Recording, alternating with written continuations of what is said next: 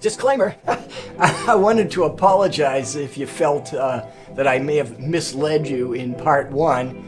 I'm just trying to cover a bunch of material and I just ran out of time. You probably noticed that I used the same opening vamp in this session as I did in the last. And you know, on a static one chord vamp like that, you can potentially work in all kinds of alternative minor scale motifs and embellishments, and you can go nuts, but I stayed with 10 so-called foolproof techniques. So let's get into it here. We're going to start with the simplest form of embellishment. Take the triad and just keep inverting it or playing it in different registers and different spots on the neck to create a little bit of motion. So if we start down here, you've got, this is E minor triad here, another E minor triad, another E minor triad, another one, another E minor triad. So you could mix some of those triads up a little bit.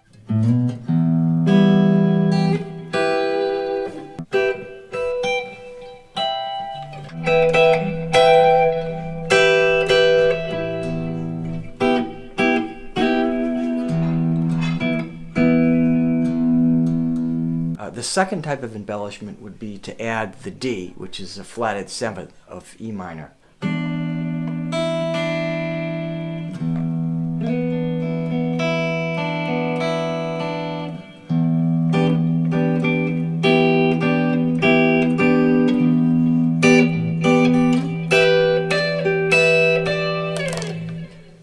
You can also do the embellishments that you might do on a G major chord, because as we looked at before, the G major is practically identical to the E minor 7. So if you do some embellishments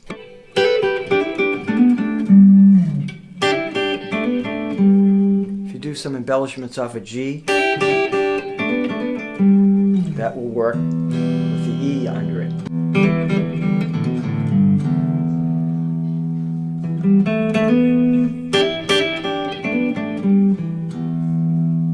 Now in that same vein, when you're doing the G major type embellishments, we're actually running the pentatonic scale. So there's another note that you can add other than the triad and the flatted seventh. That's the fourth note.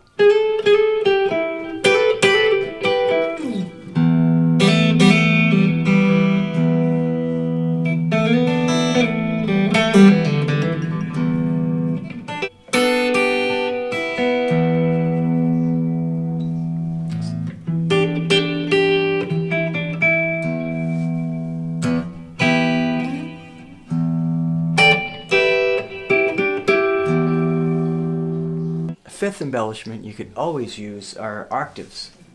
You can pick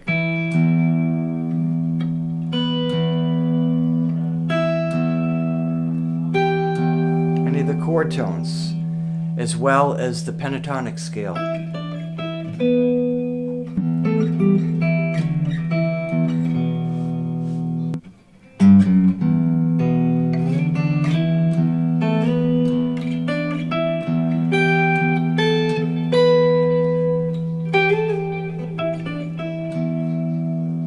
Now, before we move away from the triads and minor seventh chords, you can also embellish those by arpeggiating them, as we were doing a little bit.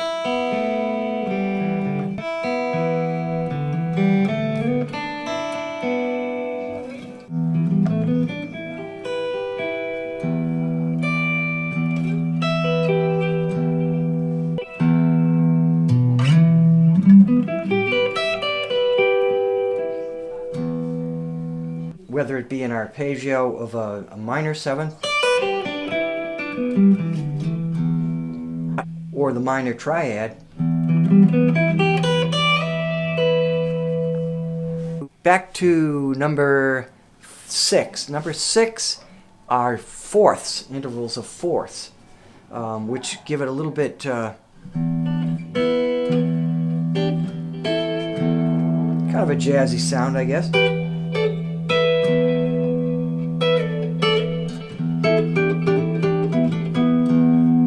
Also fifths, fourths and fifths. Nice way to embellish a minor chord. You can run that right up the neck.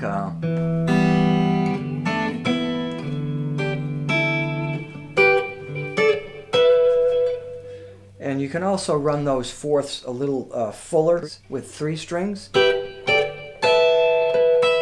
There's some fifths there and a fourth.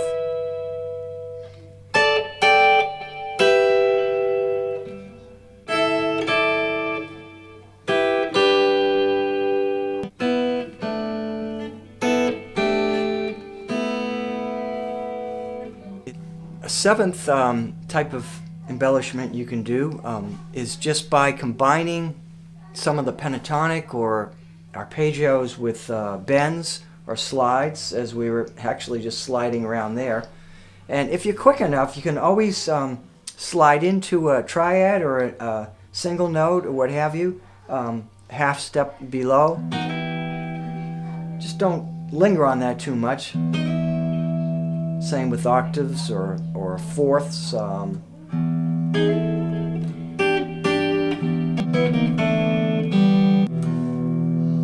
Some bends.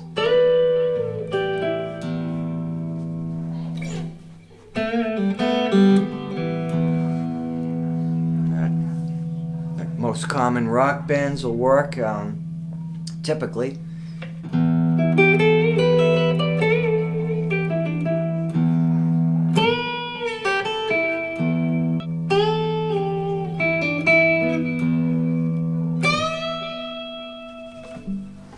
Now you've got your pentatonic scale combined with open strings, and the E and the B are going to work anywhere, anytime with that E minor chord. So let's take, for example, the pentatonic scale running down on the 3rd string, and I'm just playing the E and B open with it. Or you could just do the B or just the E. You could arpeggiate it.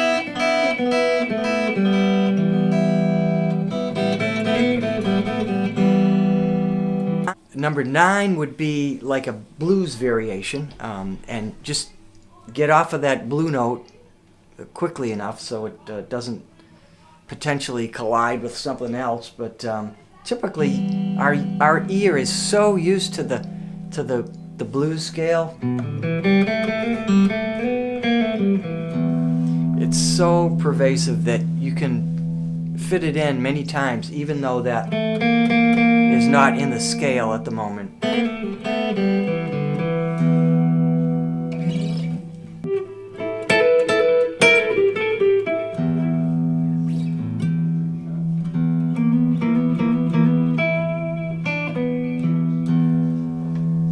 have some fun with that.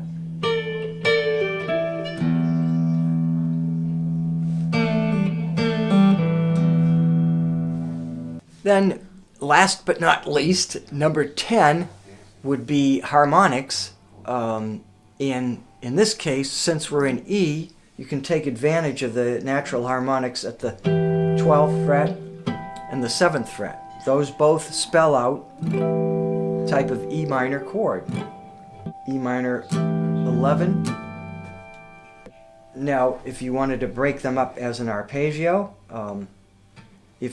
you can use some of the natural harmonics at the 7th fret, but if you ran that whole 7th fret, now you're playing a B minor chord.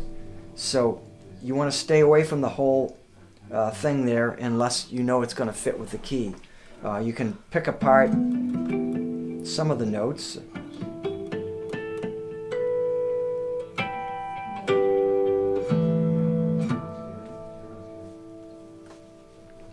Sounds really good with a whammy bar. I don't have one on this guitar, but anyway, those are 10 very simple ideas that you can apply to almost any situation where you run into an E minor chord or any minor chord except for the use of our open notes. If you were capoed, then that would change your open notes. I think it's Jude Gold calls a capo an open string generator. Maybe I'll put a link to his incredible podcasts that he does with amazing guitar players. You look in the description, you'll find links to my other videos. If there's something that I mentioned or something I played that most of it I've already done in prior videos, so I'll put a link to all of those and then you can go back and check those out. I'll also include a couple of links to some related videos that may be of help. Familiarize yourself with the minor pentatonic, the major pentatonic, and some inversions of the triads and the minor seventh, and you'll have a whole boatload of stuff you can have a lot of fun with and really spice up some otherwise simple arrangements. You can add a little more complexity without getting outside of the scale, so to speak. Okay, so I hope that makes some sense. Again, we're staying diatonic to the keys, true to the keys without going outside really much at all. And we'll be talking about what diatonic harmony and non-diatonic harmony is all about in an upcoming session. So I hope you could join me for that. I think you'll enjoy it. Until next time, have a great time exploring your embellishments off of the E minor chord. Thanks for watching. See you soon. You can keep walking that down or back up.